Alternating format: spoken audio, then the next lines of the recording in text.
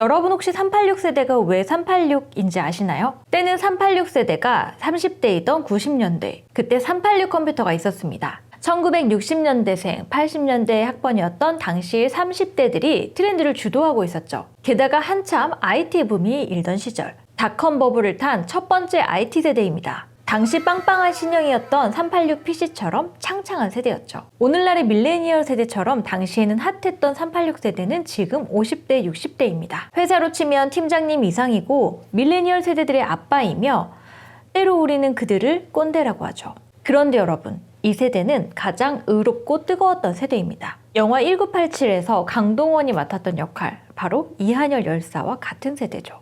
이 세대는 공장으로 직접 하방해서 노동자들의 편에 서서 함께 싸우고 민주화를 일궈냈습니다. 그래서 사실 보면 제가 만나는 386 세대 선배님들도 굉장히 열려있고 열정적이에요. 엄청 꼰대도 아닙니다. 그렇게 불합리하지도 않거든요. 그렇지만 여기서 이철승 저자가 묻습니다. 386 세대가 약속했던 시대를 같이 만들었는데 왜 살기 더 힘들어지고 불평등은 더 심화되었냐고. 왜 우리는 더 살기 힘들고 불평등은 더 심화되었냐고. 386 세대 덕분에 우리는 성공적으로 민주화를 맞이하게 됩니다. 학생이었던 이들이 사회로 진입해 자리를 잡자마자 97년 IMF가 터졌죠. 기업들은 이에 대해 두 가지 조치를 합니다.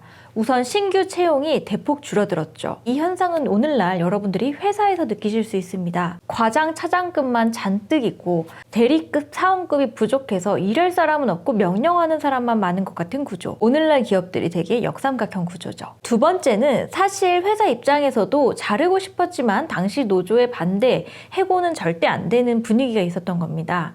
정규직은 자르기가 쉽지 않다는 걸 깨달았죠. 그러면서 노동 유연화 기제를 만들어냅니다. 비정규직, 파견직, 하청 용역으로 다 돌려버린 거죠. 얼마나 편합니까? 자르는데 부담도 없고 동일한 노동을 시키고도 혹은 더 시키고도 더 적게 줄 수 있었죠. 386 세대는 다행히 이전에 회사 안에 자리를 잡고 부를 독차지합니다. 이 대목에서 이철승 저자는 학자답게 다양한 통계를 동원하여 어떻게 386 세대가 부와 자리를 독차지하고 있는지 면밀하게 통계를 분석해서 팩트로 얘기합니다. 한마디로 386 세대는 그 예전 세대나 혹은 그 후배 세대들에 비해서 더 많이 가져가고 있고 근속연수는 가장 길고 더 많은 자리를 차지하고 있죠. 이 이야기는 이들이 수학을 하는 50대의 나이, 즉 리더의 자리에 있는 나이기 때문이 아니라 이들이 40대일 때, 30대일 때 역시 다른 세대들에 비해서 더 많이 가져갔다는 것을 의미합니다. 저자는 또한 386 세대가 절차적 민주주의를 공고히 함으로써 겉으로는 더 합리적인 것 같아 보이지만 불평등을 제도화시킨 측면에 대해 꼬집습니다.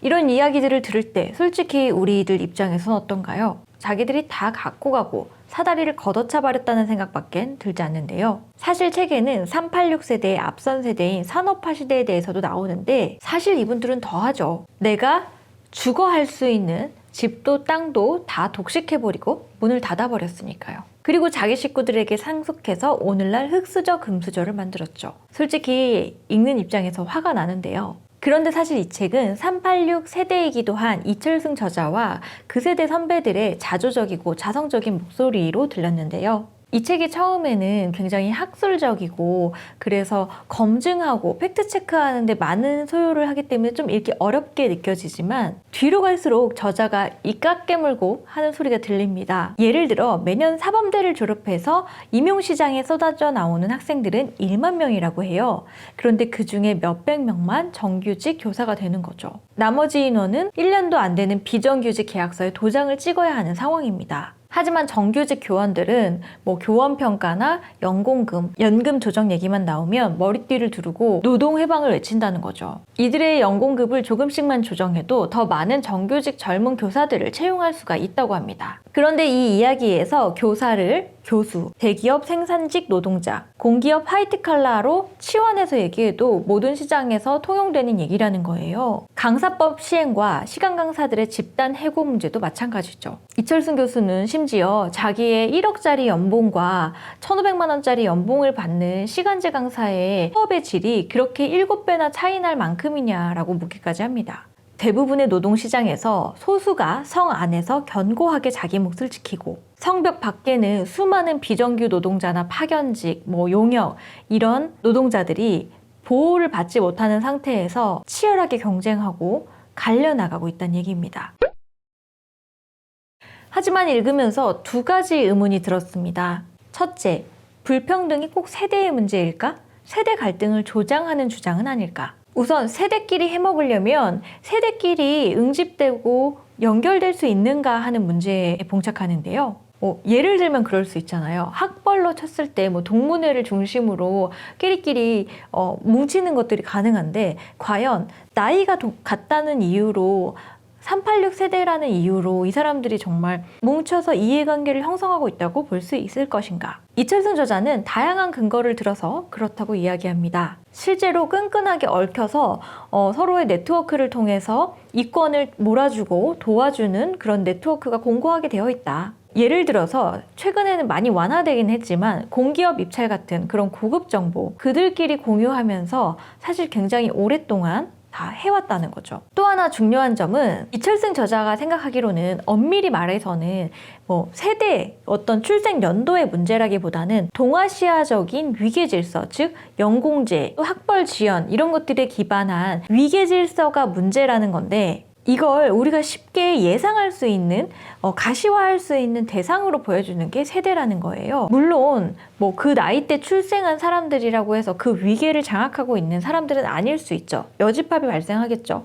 예를 들면 우리 삼촌은 386 세대인데 그렇게 부유하지도 않고 권력을 차지하고 있지도 않아. 가난해. 그럼에도 불구하고 지금 이 위계에서 우위를 차지하고 있는 사람들은 386 세대야 라고 지정해주지 않으면 그 아랫세대 혹은 그 세대가 쉽게 감흥하고 이거 내 얘기구나, 이거 선배들 얘기구나 이렇게 감흥하고 표출되기 힘들다는 겁니다. 그리고 실제로 이 상층 구조를 형성하고 있는 위계와 386 세대가 상당히 동일하기도 하고요. 두 번째는 386 세대라는 게 한 명의 주체가 아닌데 누가 반성을 하고 누가 권력을 내려놓을 것인가? 과연 개개인이 그런 의사결정을 하겠냐는 거죠. 여기에 대해서 저자는 이렇게 말합니다. 물론 386 세대 개개인의 입장에서는 열심히 산 죄밖에 없다, 억울하다라고 생각할 거다. 하지만 개인 수준의 합리적인 선택이 사회 수준의 비효율을 초래하는 상황은 많다는 거죠. 여러분이 쉽게 생각해봐도 공공재의 비극 이런 것도 그런 개념이죠. 따라서 이런 문제를 개개인들이 인지하고 사회적인 공감대를 형성해 나갈 수밖에 없다는 겁니다. 예를 들어 이러한 저변 아래 임금 피크제 같은 것이 결정이 되려면 그 세대들도 이 문제의식을 가지고 공감하고 자조하는 것이 있어야 되고 또 젊은 세대들도 그것이 문제라고 느끼고 함께 공감대를 형성해 나가려는 노력이 필요하다는 겁니다.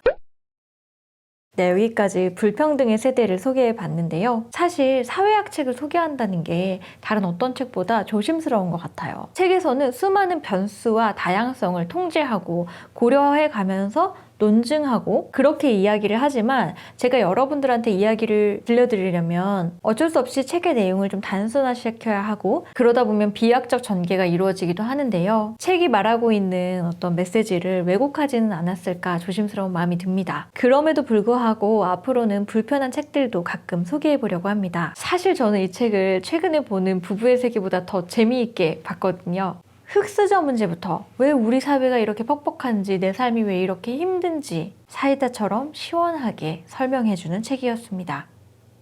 불평등의 세대입니다.